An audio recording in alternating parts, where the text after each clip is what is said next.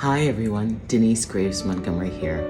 Today we are celebrating Juneteenth by honoring Black professionals in their many roles within our arts community and the powerful legacy they uphold. A professor of voice and an opera singer. Chief Diversity Officer at the Metropolitan Opera and Assistant General Manager. I'm an opera singer. I'm an opera singer. I'm an individual giving director.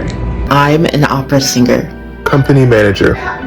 Vice President of Lyric Unlimited and Artistic Operation. I am a music educator, pianist, and singer. I'm opera singer. I am an opera singer. Arts journalist, church musician, and music educator. I'm an opera singer. I'm an associate artistic director. I'm an entertainment lawyer. I am an opera singer.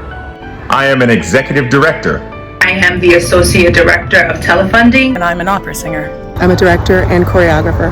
An arts administrator. Work at the Metropolitan Opera in the construction shop.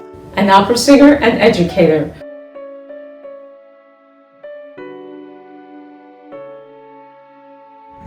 Happy Juneteenth.